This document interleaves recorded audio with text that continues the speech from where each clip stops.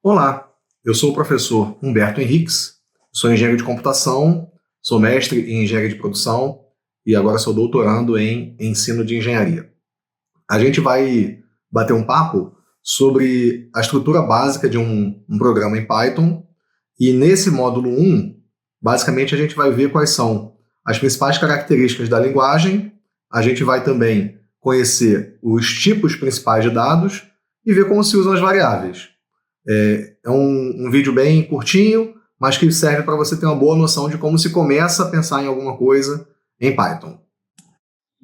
Bem, pessoal, Python é uma linguagem considerada linguagem de alto nível porque você consegue escrever as instruções de forma muito próxima da linguagem com que você conversa com outras pessoas.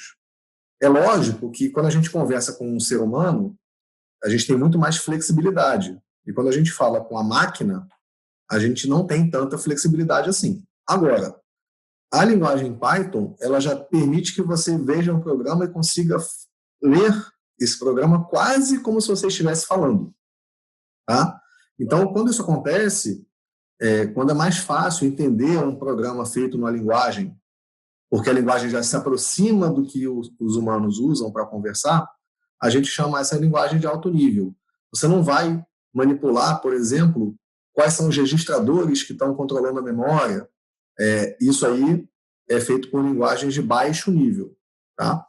E, então, em Python, você tem uma possibilidade de escrever programas de forma bem natural. Lógico que você tem que saber os principais conceitos, mas você consegue ter uma boa dose de entendimento de um determinado programa quando você passa o olho no código-fonte dele. Tá bom? A gente está aqui com a IDE aberta, chamada PyCharm, e essa IDE é a que a gente está usando como padrão no curso, e basicamente você tem aqui em cima o menu de navegação, o menu de opções, melhor dizendo, em que você tem file, onde você tem como abrir um arquivo, criar um novo arquivo, abrir, fechar, salvar, etc. Existem outros itens de menu aqui em cima, e aí o principal deles, que a gente vai acabar usando bastante, é o run, que é quando você vai usar, quando você vai efetivamente rodar o programa que você fizer. Aqui do lado esquerdo tem a árvore com os arquivos que já foram criados nesse projeto. Nessa parte vazia é onde ficam abertos os programas. Quando eu clicar 2 vezes aqui, ó, primeiro programa, cliquei, ele fica aberto aqui na direita. Tá? E aqui embaixo, Python Console, que basicamente é uma possibilidade de você, sem precisar escrever um programa inteiro em Python, você já começar a usar as funcionalidades que o Python disponibiliza. Tá? Então, a gente vai começar esse papo usando o Python Console.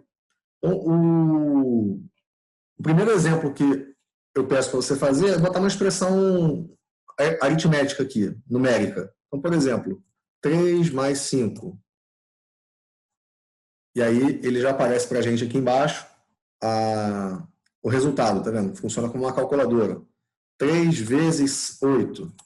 Aí já aparece aqui o resultado da conta. Beleza? Então ele permite que você faça operações simples já de forma automática. Mas até aí você se pergunta, tá, para que eu vou usar isso se eu posso fazer essas contas na calculadora? Que na verdade a gente não o Python não foi feito para você fazer contas desse jeito. A gente vai manipular variáveis, a gente vai usar, vai trocar informações com o usuário, coisas do tipo, tá bom?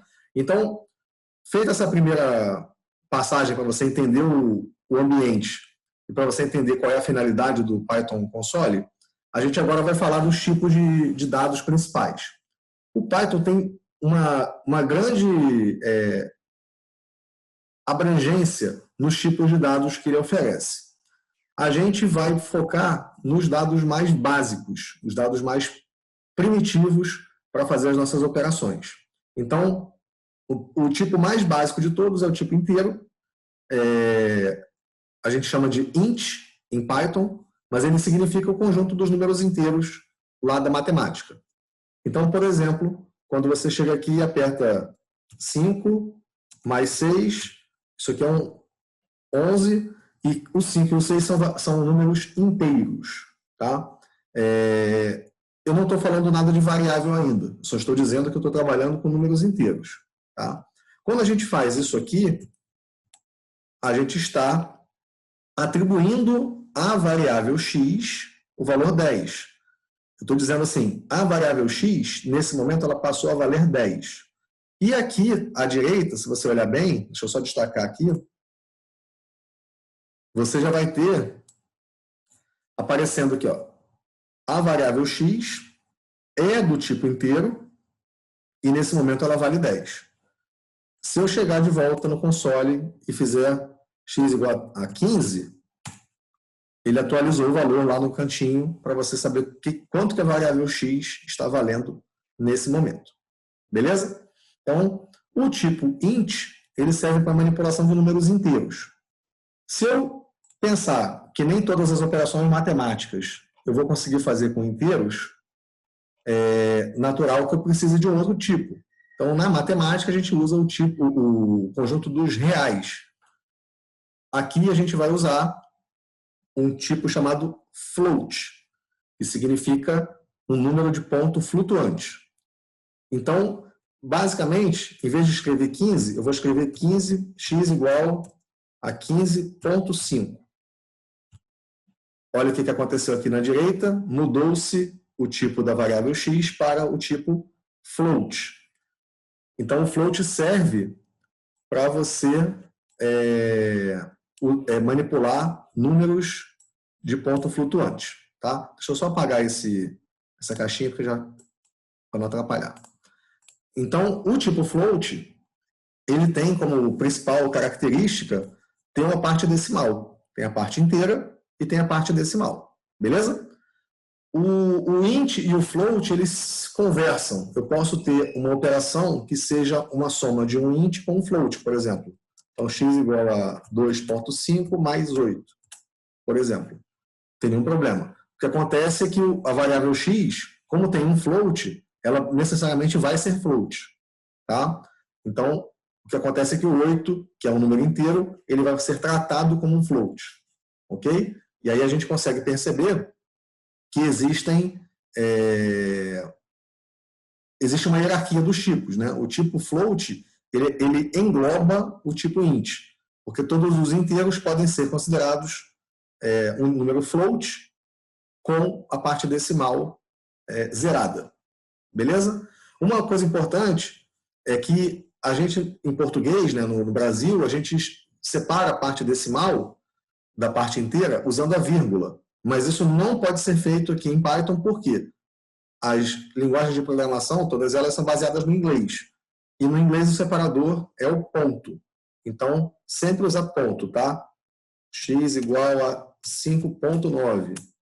Não usar vírgula. Porque se você usar vírgula, você criou uma tupla. Olha aqui do lado, é uma tupla com dois itens, o 5 e o 9. O que é uma tupla, Humberto? Isso você vai ver mais para frente. Ok? Então, só tomar cuidado e lembrar de escrever sempre com ponto. Uma coisa que pode ser útil também é que a gente pode escrever a função type x, ela me retorna qual é o tipo do x, tá vendo? Então, o x é da classe float. Ok? Além dos tipos inteiros, dos tipos numéricos, perdão, o int e o float, a gente também tem o tipo bool. O que é o bool? Ele serve para informar se alguma coisa é verdadeira ou falsa. A gente chama isso de tipo booleano. Então, se eu escrever, por exemplo, 2 maior do que 1, isso é true, isso é verdade. Se eu escrever 2 menor do que 1, isso é falso. Então, o tipo bool, ele sempre é ou true ou false. Beleza? E a gente pode, inclusive, usar a variável que a gente já tinha antes, que é o x. Se eu escrever x maior do que 1, isso é true. Por quê? Porque nesse momento o x vale 5,9. Então, ele é maior do que 1 de fato. Ok? E para trabalhar com os valores bool, a gente pode também usar o operador not, que vai inverter. Se a variável é true, not dessa variável é false, e vice-versa. Então, por exemplo, se eu escrevo not 2 maior do que 1, isso passou a ser false. Por quê? Porque 2 maior que 1 é true, not de um true é false. Beleza? E as strings. Quem já teve algum contato com linguagem de programação sabe que a maioria delas, por exemplo, C, tem o tipo de variável char, tipo de dados char. Em Python não existe o char puro, existe a string, que é uma sequência de char. Então a gente tem a string, que pode ser delimitada por aspas simples ou aspas duplas, e aí você tem uma palavra possível ou mais de uma palavra. Então, por exemplo, se eu escrevo aqui, bom dia, uma vírgula, turma.